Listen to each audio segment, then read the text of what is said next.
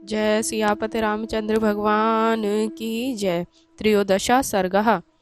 विभीषण का राम की शरण में जाना। इति कुत्वा परुषं वाक्यं रावणं रावणानुजः अजगाम मुहूर्तेन यत्र रामः स लक्ष्मणः। रावण का छोटा भाई विभीषण रावण से इस प्रकार के कठोर वचन कहकर कुछ ही देर में वहां जा पहुंचा जहां लक्ष्मण सहित श्री राम डेरा डाले हुए थे। उत्तरम तीरमासाद्य सा उवाच विभीषणः सुग्रीवं तास्य सप्रेक्ष्य सर्वान् वानरयूथपान्।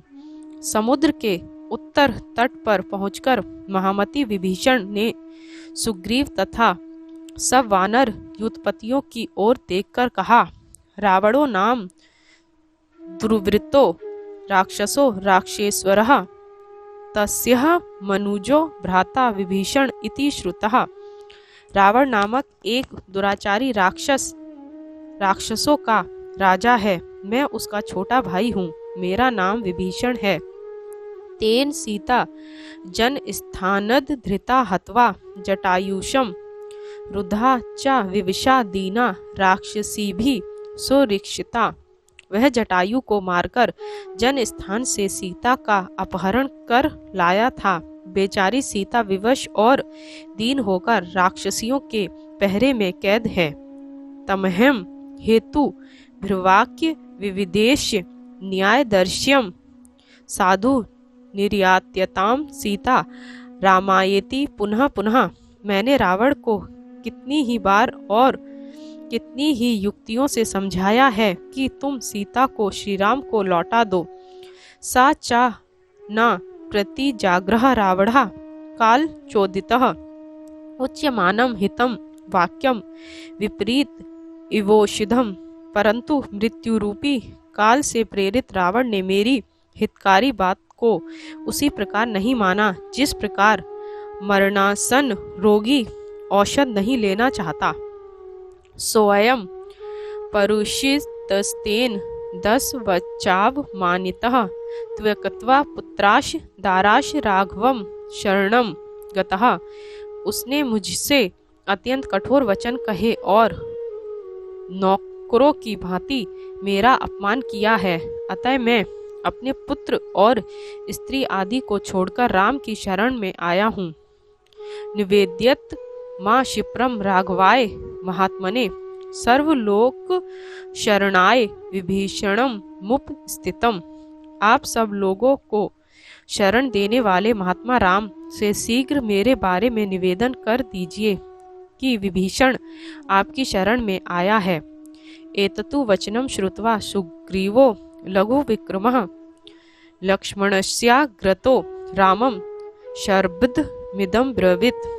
विभीषण के इन वचनों को सुनकर सुग्रीव शीघ्रता पूर्वक गए और क्रुद्ध होकर लक्ष्मण समक्ष श्री राम से कहने लगे, रावणस्यानुजो भ्राता विभीषण इति श्रुतः चतुर्भिः सह रक्षोभिर्भ्रुवन्तं शरणं गतः।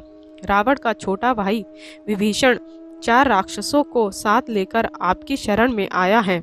मंत्रे व्यूहे नये चारे युक्तो भवतु महर्षि अनराणम च भद्रं ते परेशान च परंतप।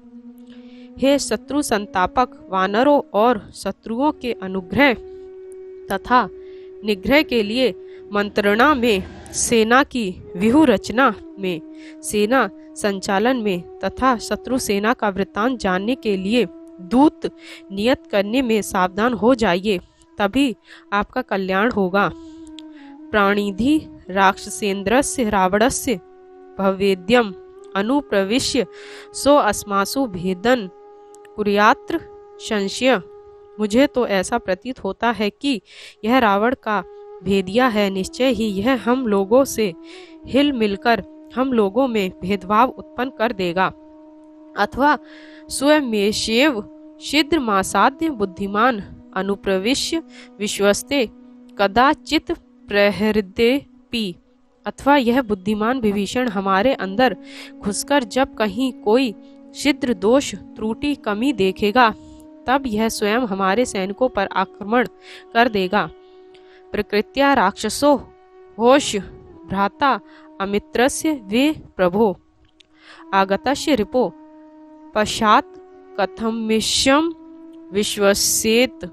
स्वामिन, एक तो यह प्रकृति से राक्षस, दूसरे शत्रु का भाई, तीसरे शत्रु के पक्ष से आया है, अतः इस पर विश्वास कैसे किया जा सकता है।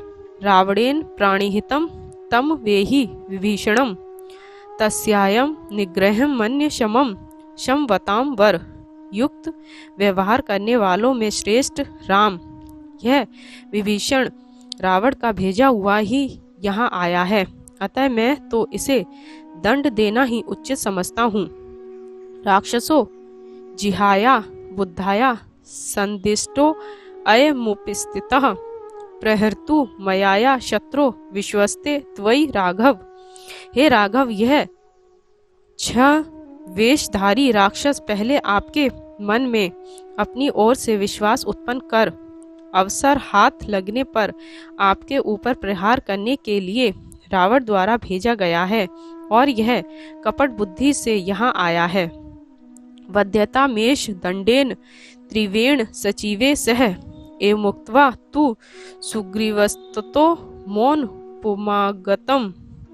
मेरे विचार में तो इसे इसके चारों मंत्रियों सहित कठोर दंड देकर मार डालना चाहिए। सुग्रीव श्री राम से ऐसा कहकर मौन हो गए। सुग्रीवस्य तु तद्वाक्यं श्रुत्वा रामो महायशा समीप स्थानुवाचेदनम हनुमत प्रमुखान हरीन। सुग्रीव के इन वचनों को सुनकर महायशस्वी राम अपने समीप बैठे हुए हनुमान आदि प्रमुख वानरों से बोले, यदुक्तम कपिराजेन रावणा परजम प्रति वाक्यम हेतु यदुक्तम कपिराजेन रावणावर्जम प्रति वाक्यम हेतुम द्यर्थ भवदीरपि तत्श्रुतुम। कपिराज सुग्रीव ने रावण के छोटे भाई विभीषण के संबंध में जो युक्ति युक्त और मतलब की बातें कही हैं, वे सब आप लोगों ने भी सुनी हैं। सुहृदा हर्थ कृच्छेषु युक्तु बुद्धिमता सता समर्थनापि संदेष्टु स्वास्ति भूति मिच्छता। मित्रों की शाश्वत ऐश्वर्य वृद्धि के लिए बुद्धिमान उत्तम विचारक और हितैषी को चाहिए कि संदेह उपस्थित होने पर अथवा संकट पड़ने पर वह अपने मित्रों को कर्तव्य का बोध कराए। अतः आप सब लोग इस विषय में अपनी अपनी सम्मति दें। इत्येवं परिपृष्टास्ते मतिमानंगदो अग्रतः भीषण परीक्षार्थ मुवाच वचनम हरिहि। श्री राम के ऐसा पूछने पर सबसे पूर्व महामती अंगद ने विभीषण की परिस्थिति का विवेचन करते हुए अपनी सम्मति दी। शत्रु शाकास्त संप्राप्तः सर्वथा शंकया एव हि विश्वास्य योगः सहसा न कर्तव्यो विभीषणः। हे राजन, विभीषण शत्रु के पास से आ रहा है, अतः उस पर संदेह होना स्वाभाविक है। यह सहसा विश्वास करने योग्य नहीं है। शनै शनै परख कर ही इसे अपने में मिलाना चाहिए। सर्वस्त्वत् निश्चित्य सार्थ वचनम ब्रवीत क्षिप्रम स्मित्र व्याघ्र चारः प्रतिविध्यताम। तत्पश्चात शरभ ने कुछ सोचकर यह युक्ति युक्त बात कही, हे नरकेसरी, लंका में गुप्तचर भेजकर इसके संबंध में पता लगाना चाहिए। जाम्वतस्त्वत् सप्रेक्ष शास्त्र बुद्धाया विचक्षणः वाक्यम विज्ञाप्यामास गुण व दोष जितम। तदंतर दीर्घदर्शी जाम्वान ने शास्त्रानुसार सोच विचार कर यह युक्ति युक्त और दोषरहित बात कही।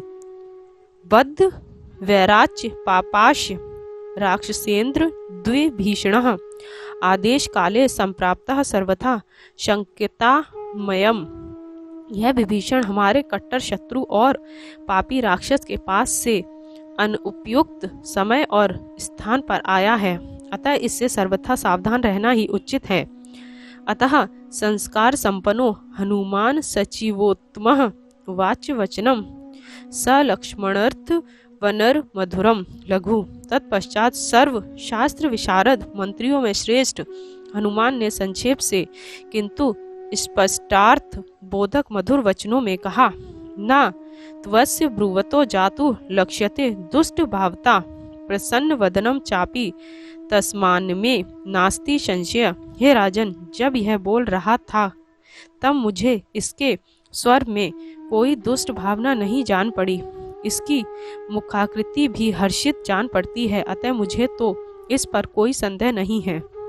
उद्योगम तव संप्रेक्ष्य मिथ्यावृतम च रावणम बलनेश्य वधम श्रुत्वा सुग्रीवम चाभिषेचितम राज्यम प्रार्थाय मनस्तु बुद्धि पूर्व मिहागतः एतावतु पुरस्कृत्य युज्यते त्वस्य संग्रह। विभीषण आपके शत्रु पर आक्रमण करने के उद्योग को और रावण के मिथ्याचार को देखकर तथा आपके द्वारा बाली का वध और सुग्रीव के राज्याभिषेक को सुनकर रावण वध के पश्चात लंका का राज्य पाने के लोभ से भली भांति सोच विचार कर आपके पास आया है। इन सब बातों को ध्यान में रखते हुए विभीषण को अपने साथ मिला लेना ही उचित है।